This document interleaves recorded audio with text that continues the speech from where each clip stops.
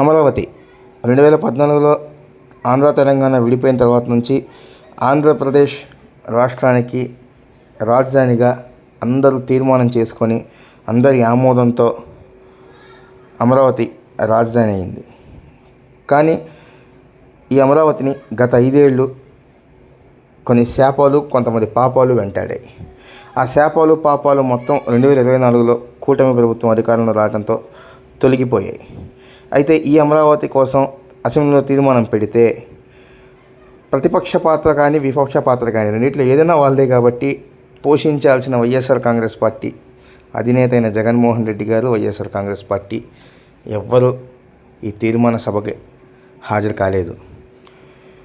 జగన్మోహన్ రెడ్డి గారు నాడు ప్రతిపక్షంలో ఉన్నప్పుడు అమరావతి రాజధానిగా మాకు ఆమోదయోగ్యమైన మాటలు చెప్పి 5 ఏళ్ళు అధికారంలో ఉండి అమరావతిని ఏ విధంగా తుంగలో తొక్కారో మనందరం చూసాం. 5 ఏళ్ళు అరాచకం సృష్టించారు అమరావతిలో. కానీ ఆ పాపాలు కడుక్కునే అవకాశం వచ్చింది. అయినా అసెంబ్లీకి రాలేదు, తీర్మానంలో పాల్గొనలేదు. పైగా తీర్మానం పెట్టారు, శాసనసభలో పెట్టారు, శాసన మండలిలో పెట్టలేదని చెప్పి వితండవాదం చేస్తున్నారు. 5 ఏళ్ళు ముఖ్యమంత్రిగా చేసిన వ్యక్తి, ఎంతోమంది మంత్రులు ఎంతోమంది ఉన్నారు.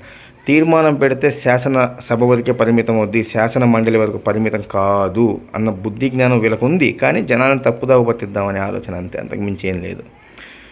కానీ ఏదైనా ఒకటే, 2029లో ఎలక్షన్స్కి ముందు 1 ఇయర్ ముందు కూటమి ప్రభుత్వం జగన్మోహన్ రెడ్డి గారికి దెబ్బేసే ప్రయత్నంలో ఈ అమరావతి రాజధాని విజిట్ పెట్టినా పెట్టచ్చు, ఫ్రీ బస్సులు పెట్టి.